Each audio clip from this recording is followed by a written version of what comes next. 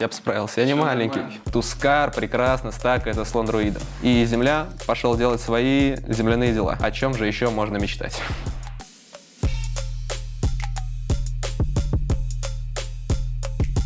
Всем привет, с вами Чуваш, и сегодня я вам расскажу о том, о чем нужно подумать перед началом игры.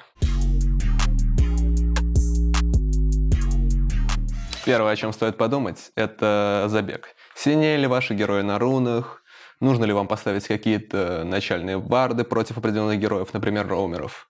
И в целом, можете ли вы наделать скиллов до выхода крипов? Что для этого нужно? Для этого нужно, чтобы ты мог чем-то зацепить и просто был сильнее врагов в стычке 5 на 5. Просто на то, что ты реализуешь своих героев, то, что их потенциал, потому что у тебя левел 1 сильнее героя, почему бы тебе не пойти вломиться к врагам на руну? И вот у нас есть игра Hellbear Smashers против Team Secret. Почему забегают Team Secret? Потому что у них просто сильнее герои. Есть Тускар, есть Свен, а у врага очень слабый левел 1 героя. Нага, бабка, что угодно. Заходят сжимать руну, да, параллельно ставят варды и пытаются напасть. Забегают Team Secret, получают свое ФБ, забирают руны. Все у них прекрасно. Отличный старт, большие молодцы. Что мы имеем по итогу? 2 килла. Один забрал шторм, один легион, все довольны, все разошлись по своим линиям. Немаловажная часть начала игры – это поставить варды и поставить их умно. Покажу это на примере Team Liquid против Brain. Что происходит? Команда Liquid оценила ситуацию, идет ставить варды. Почему она идет ставить именно эти варды? Потому что у Лишрака против Ланая очень unfavorable матчап миди, и еще против них играет Земля, и поэтому они решают защитить своего Сумаила. И в целом еще одна особенность игры против Земли, то что сейчас многие берут второй скилл и катятся просто на ставить вард в мид. И как раз таки Liquid отлично сыграли на предикте и сломали вард в миде. Отличная работа. Ну, в целом, в большинстве случаев это рандом. Но парсеры у людей примерно одинаковые. Все примерно ставят один вард в мид и один вард на сайт. И опять же, можно попробовать сыграть в Mind Games. То, что, например, у тебя роумер, и тебе поставят вард на роуминг, и ты его придешь сломаешь, заработаешь денег. И отлично проведешь время. И вот что по итогу мы имеем. Сумаил раз вард, Сумаил 2 вард. К нему просто не подобраться. Это Земля. Только стопа. Лишрак защищен с двух сторон, и у врага нет варда. О чем же еще можно мечтать?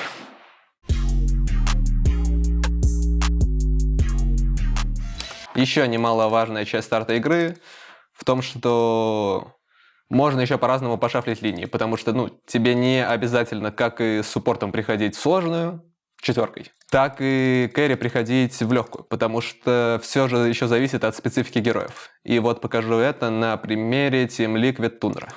Значит, что мы тут имеем? Тут у нас у Team Liquid пик Тускар, Лондруид, Аппарат и Марс по сайд-линиям. И они решают поставить Аппарата с Марсом и Лондруида с Тускаром. И почему же? Потому что у Лондруида и Аппарата очень плохая синергия, и еще очень unfavorable матчап в боте, потому что против него будет Клок Дарксир, и в целом он им мало что делает. Но вот покидать скиллы под Марса он в целом не против. Тускар прекрасно стакается с Лондруидом. И вот у нас итог первых 5 минут.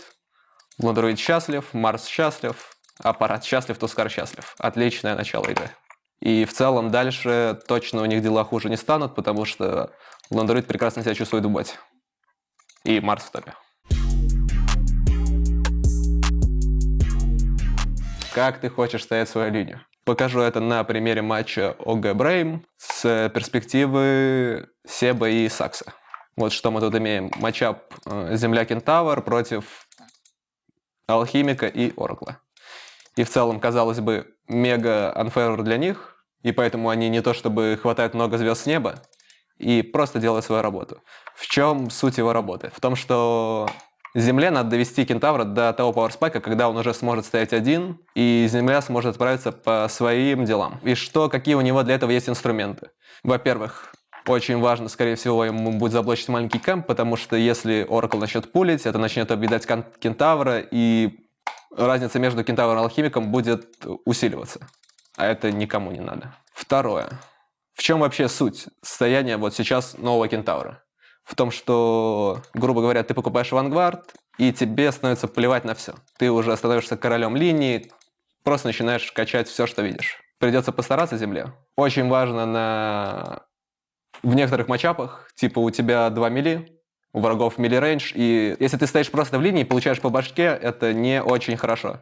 И поэтому он будет пулить крипов, во-первых. Во-вторых, так как кентавр хочет купить Vanguard, тебе надо с этим что-то сделать, потому что его будут бить, он будет терять хп. И самое простое решение на это просто купить фласку ему. Вот земля дала первую салву кентавру, пул заблочен, все прекрасно, линия встала не по тавам врага, это значит то, что они будут получать меньше хитов, и кентавр будет доволен. И в целом, на милишной четверке ты не то чтобы много что можешь сделать, именно вражеской пятеркой. Но если ты будешь занимать его внимание, то это будет как раз кстати, чтобы вражеская пятерка не долбила твою тройку. Вот у них есть 2 героя, и они превратили свой unfavor матчап в уже прекрасный. Потому что алхимик нажал тучу в крипов, линия запушилась на кентавра. Теперь, в принципе, у земли руки развязаны почти. Вот он получил свое колечко на кентавре, и в целом он уже плюс-минус сам может справиться. И земля пошел делать свои земляные дела.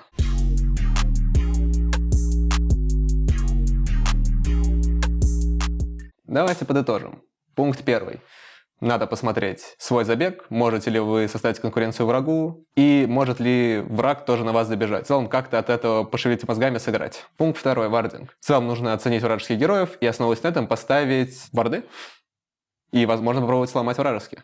Пункт 3. Расстановка линий. Вам не обязательно ставить кэрри на легкую, а флейнера на сложную, также и с саппортами. Вы можете поставить в зависимости от матчапов. Какие матчапы могут быть плохие для одних героев, могут быть хороши для других в вашей команде. Пункт 4. Прикинуть примерный план на линию. В целом, вам даже не обязательно приходить на линию ради того, чтобы сделать на ней 10 киллов, 20 киллов. Все это может быть неважно. Вам нужно знать вашу цель и к ней двигаться.